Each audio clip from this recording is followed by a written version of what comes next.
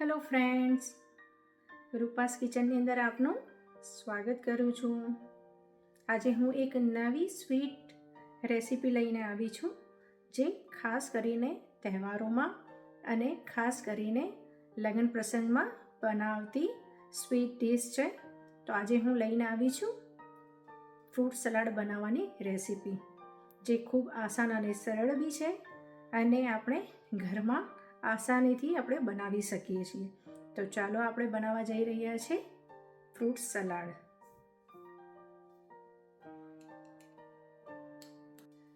તો આપણે fruit salad બનાવવા માટે સૌથી પહેલાં એક પેન લીધેલું છે. તેની અંદર આપણે 1 લીટર જેટલું દૂધ એડ કરીશું.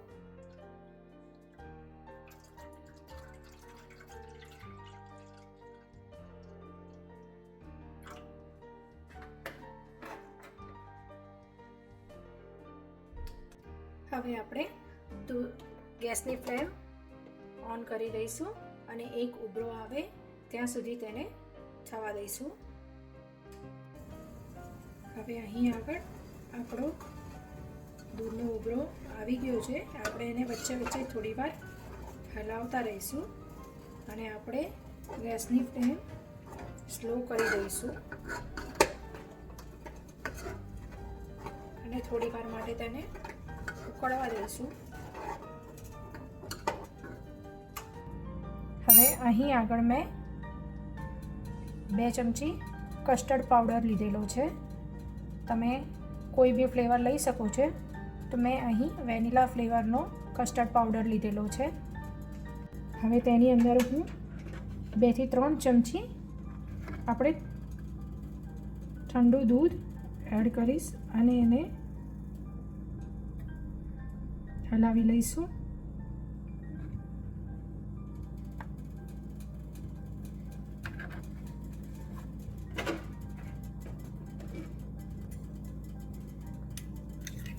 આ પ્રમાણે એને મિક્સ કરી લઈશું.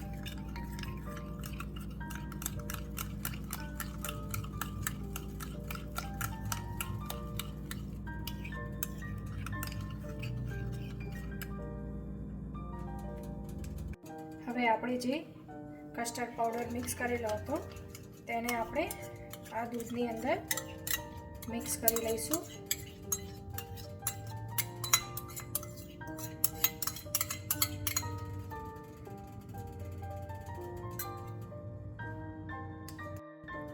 હવે તેને થોડી વાર ઉકળવા દઈશું અને એને વચ્ચે વચ્ચે હલાવતા લઈશું. હવે આપણે તેની અંદર 1 વાડકી જેટલી ખાંડ એડ કરીશું. તો મિત્રો, આપણું દૂધ ઉકળવા લાગ્યું છે. હવે તેની અંદર હું ઇલાયચી પાવડર એડ કરીશ, અડધી ચમચી. હવે હું ગેસની ફ્લેમ ઓફ કરી દઈશ અને એને રૂમ ટેમ્પરેચરમાં આપણે અડધો કલાક માટે મૂકી દઈશું.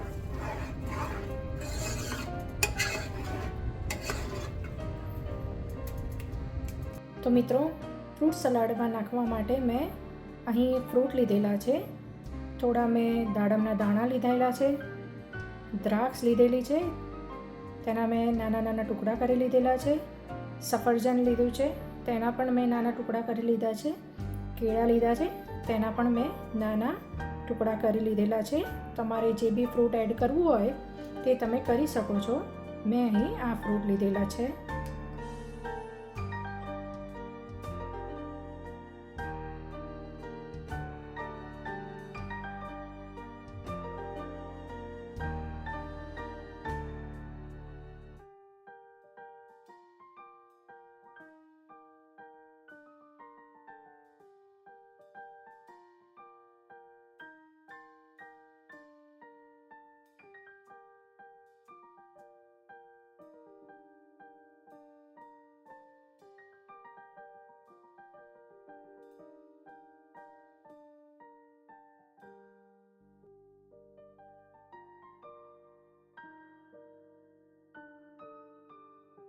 હવે તેની ઉપર હું થોડી બદામની સ્લાઈસ એડ કરી દઈશ.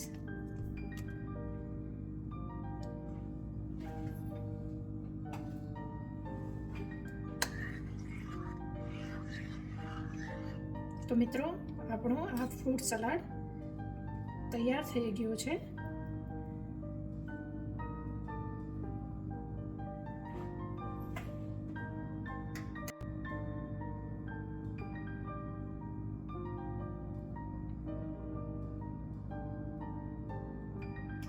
તો મિત્રો, આપણો આ ફ્રૂટ સલાડ બનીને તૈયાર થઈ ગયેલો છે. ખૂબ જ આસાન અને એકદમ સરળ રીત છે ને, અને ખૂબ જ સ્વાદિષ્ટ અને ટેસ્ટી દેખાય છે. તો મારી આ રેસીપી તમને કેવી લાગી? એકવાર બનાવીને જરૂરથી ટ્રાય કરજો. તમારા મિત્રો અને તમારા ફેમિલીમાં શેર કરજો, અને મારી ચેનલને લાઈક અને સબસ્ક્રાઈબ કરવાનું ભૂલશો નહીં. આવા ફરી નવા વિડીયો લઈને હું હાજર થઈશ. ત્યાં સુધી જય શ્રી કૃષ્ણ.